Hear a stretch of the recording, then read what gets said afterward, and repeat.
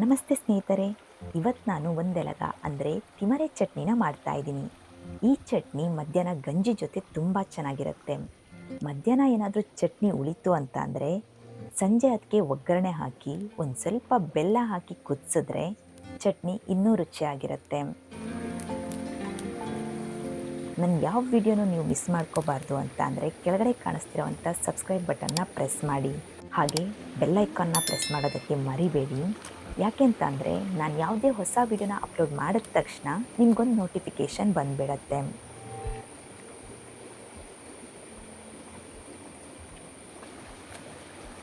ಅದೊಂದು ಕಟ್ ಮಾಡ್ಬೋದು.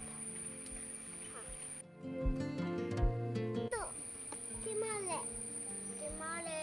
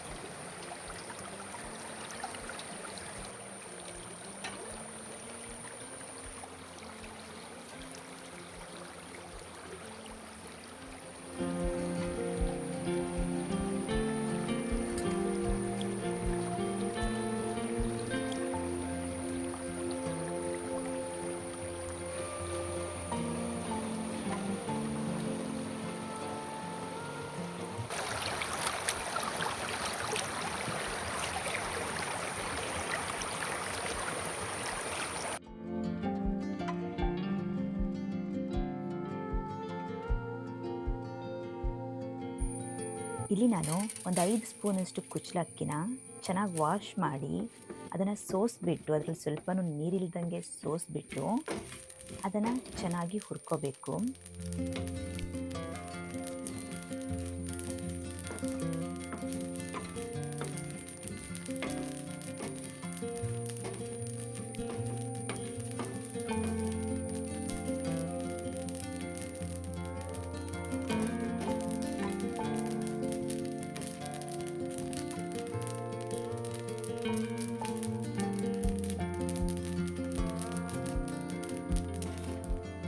ಇದಿವಾಗ ಹುರ್ಕೊಂಡಾಗಿದೆ.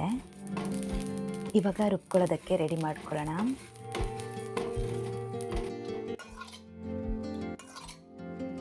ಇಲ್ಲಿ ನಾನು ಸೊಪ್ಪನ್ನು ಜಾಸ್ತಿ ಉಪಯೋಗಿಸಿದ್ದೀನಿ.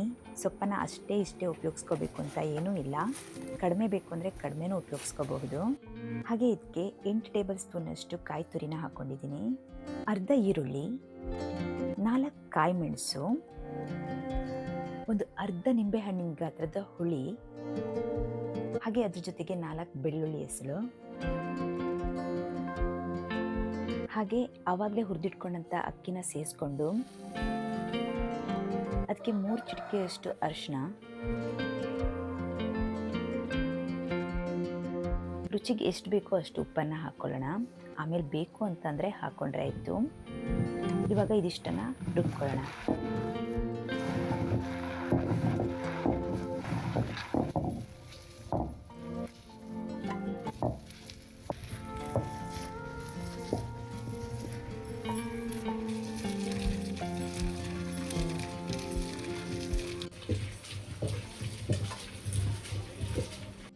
ಇದಕ್ಕೆ ನೀರನ್ನು ರುಬ್ಬೋದಕ್ಕೆ ಎಷ್ಟು ಬೇಕು ಅಂತ ನೋಡಿಕೊಂಡು ಹಾಕೋತಾ ಇದ್ದರೆ ಆಯಿತು.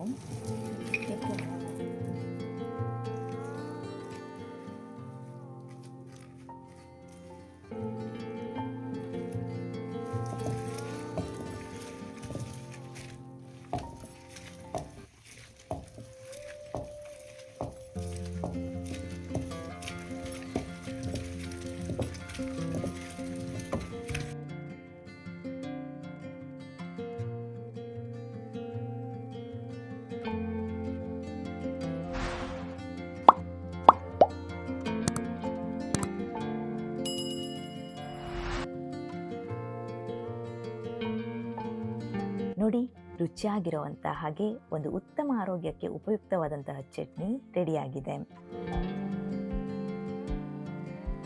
ಲೈಕ್ ಆ್ಯಂಡ್ ಶೇರ್ ಮಾಡ್ತಾ ನನಗೆ ಸಪೋರ್ಟ್ ಮಾಡ್ತಾ ಇರಿ. ಇನ್ನೊಂದೊಳ್ಳೆ ರೆಸಿಪಿ ಜೊತೆ ಮತ್ತೆ ಸಿಗ್ತೀನಿ. Thank you.